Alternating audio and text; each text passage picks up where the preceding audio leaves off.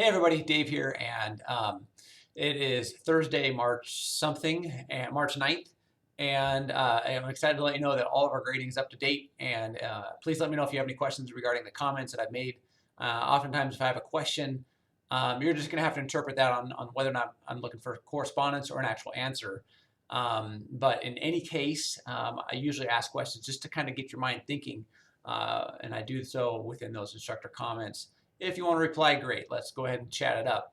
But for the most part, please double check your grades. We're nearing the end of the quarter, so I know we're going to be all busy with finals coming up and any last assignments that we're doing, aside from PE 108. But in any case, this week I wanted to talk with you about trainers and when should you feel like you need to hire one. I live, right now I'm doing my career, and I'm pretty fortunate to be in a place where if I wanted to hire a trainer, I could.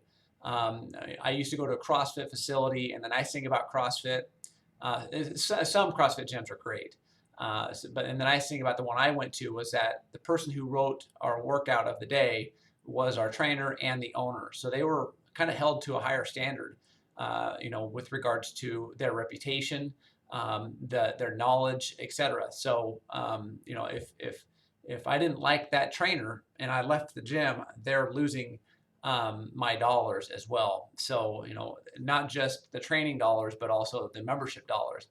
So, are you going to get a membership?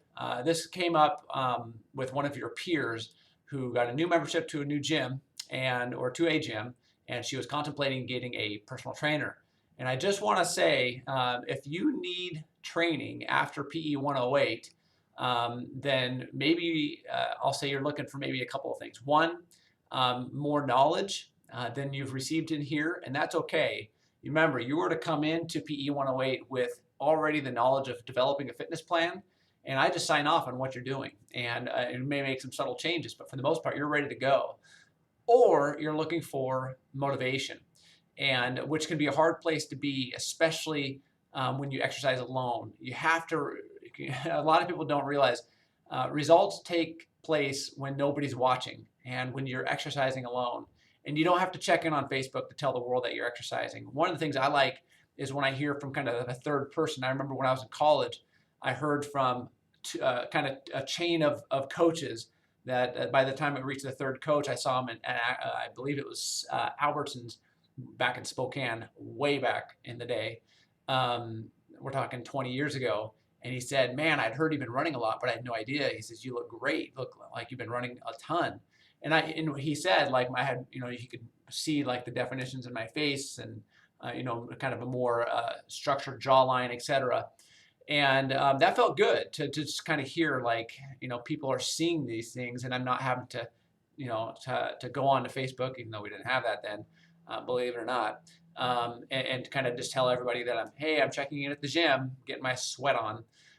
No, you don't need to do that, man. And most of what you're working out that you're going to do is going to have to take place from within and by yourself. But I will say there's two key ingredients for sustaining an exercise plan. The first part is it has to be fun. So if you're not finding that your trainer is including fun in what you're doing, you got to hire a new trainer. Two, it's got to be social. So there has to be some kind of interaction. And I just said that I train alone, and most people need to. But you also should have periods in which you will be working with other people. So maybe like group settings. Maybe every Saturday you're doing like an aerobic fitness class with a group, or a cycling class, or every other week you're meeting up with a running buddy at a trail or at the gym or something like that. But most of your exercise is probably going to have to be by yourself, unfortunately, because everyone has different goals. If you're fortunate enough to be in a cohort that has all similar goals, like everyone's going to be running the Shamrock, and so you can all kind of train together, then great, that's a total win. But results happen when nobody's looking, and I can't reinforce that enough. So please be aware when you're spending money on a trainer that you're going to get results, and more importantly, you want to get knowledge. Why are you doing these? What's the physiology behind this? What are kind of the results I should be looking for? I wouldn't necessarily get into caloric expenditure, but you definitely want to question, am I doing too much cardio or too much weight? And is it because this person really likes cardio, or is it because this person really likes weights that we're doing this? So how's the combination working out? So a long time ago, a friend of mine we were out having having some dinner and some drinks, and at the end of the night there were probably a good dozen of us, and he said, we were kind of like arguing who gets the bill, and he said, "Hey, let me get the bill. I've got more money than time." And when he said that, when he said, "I have more money than time," that really resonated with me. Like, man, I hope I can get to a place someday where I can have more money than time. And I think right now, I'm not sure if I'm at that place, but I will say that when you get near that place, that's when you can actually afford to have the luxury and the blessing of hiring a personal trainer. But with that, you need to hold that trainer accountable to their knowledge and how much they're pushing you, I'll say, towards healthy objectives and goals. So I'll say, just kind of keep your guard up when you're hiring trainers, especially if you don't know these people. Look at their clientele they've worked with, and we're not talking about like asking them and them showing off, who they've worked with, but just somebody that you feel you can really get a good sense to how they work with clients, and males and females, all just different.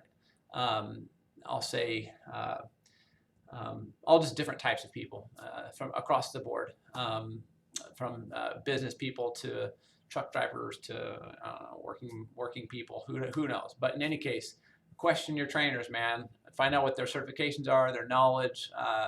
I think experience is a huge one. And what their motivation is. Why are they doing this? Are they doing it for themselves, or are they doing it for their clients? Lots of questions you can ask, and I'm going to leave that in your hands. But I will say, you usually want to get a trainer for lack of knowledge, which, if you're in PE 108, you shouldn't have that lack of knowledge because you already have a fitness plan. Or two, is it lack of motivation? And if you're looking just to kind of change things up and get maybe a third, like a second party's experience, or just kind of what they would do, then that might be part of the knowledge you might be looking for. Just learning how to mix things up would be nice. And then that might spark something in you to revise your own fitness plan and kind of start following that. In any case, if you guys have any questions, just please let me know, and we can go back and forth. I don't anticipate that, but as the quarter nears, again, not just in this class, but in all of your classes, make sure that you are up to date with your current standing, so you are where you're at, and you're going to be ready for next quarter when spring break concludes. Until then, let me know if you guys have any questions. See ya.